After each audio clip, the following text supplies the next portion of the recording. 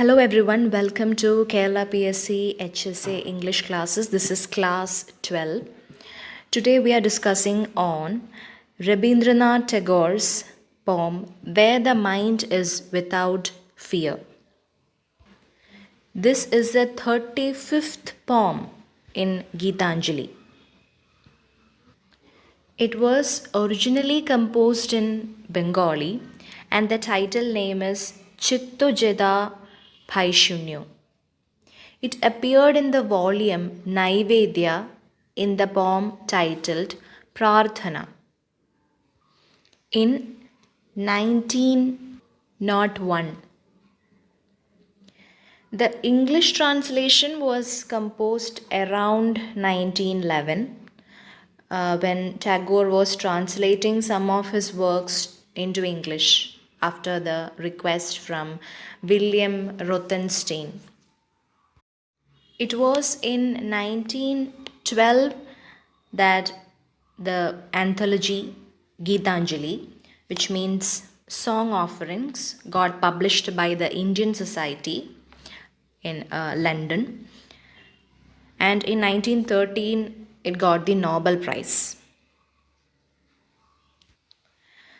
This poem was written before India's independence, and it represents Tagore's vision of a new and awakened India.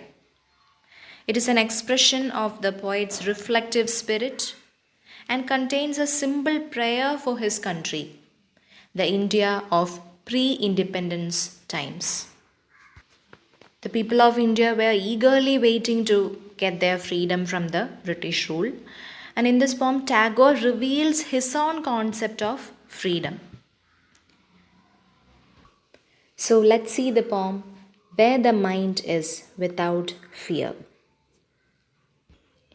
Where the mind is without fear and the head is held high, where knowledge is free, where the world has not been broken up into fragments by narrow domestic walls, where words come out from the depth of truth, where tireless striving stretches its arms towards perfection, where the clear stream of reason has not lost its way into the dreary desert sand of dead habit, where the mind is led forward by thee into ever widening thought and action, into that heaven of freedom, my Father, let my country awake.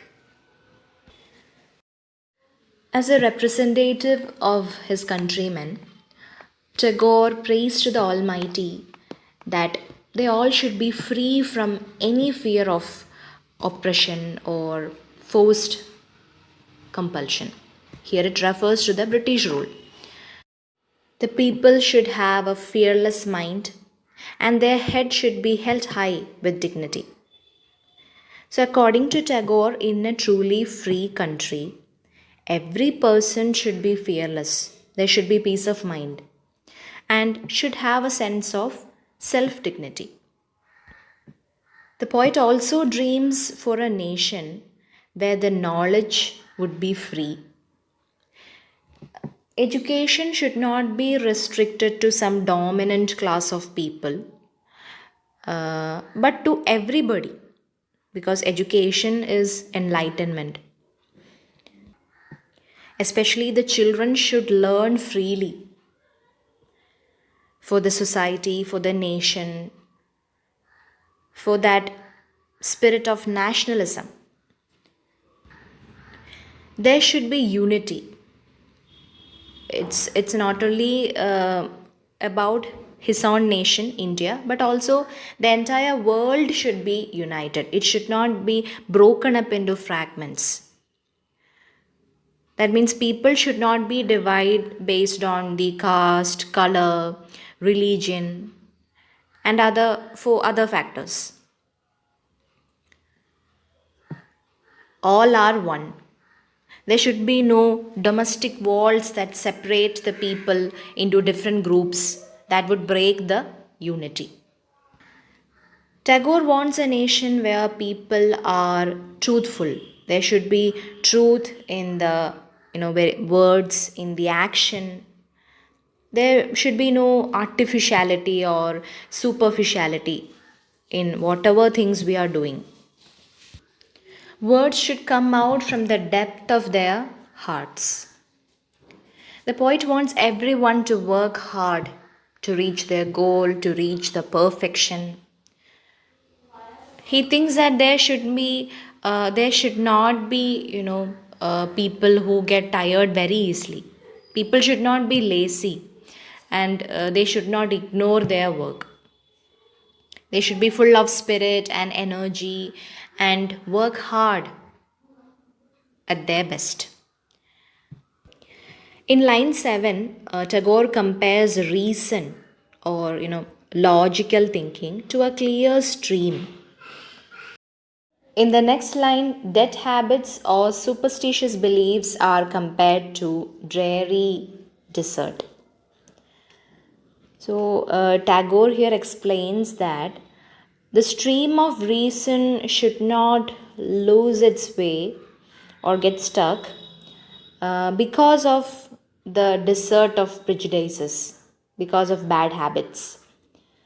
That means people's thought should always be checked or monitored by rational thinking, not by superstition. People should think logically. They should, the logic should rule over the baseless beliefs. That stream of reason should not get stuck or lose its way to a wrong direction because of the superstitions. So the poet wants his countrymen to be very broad minded and very progressive people. He wants their mind to let forward, just like a stream, to rational thought and action. So he prays to God, the Almighty, that let the country be like that. Let the countrymen be like that. In short, we should be open-minded or do something very extraordinary with broad-mindedness, not of narrowness of the mind. So in the final line of the poem, the poet addresses the God as Father. He asks him to awaken his country, his countrymen, into a heaven of freedom, where the above conditions will be met.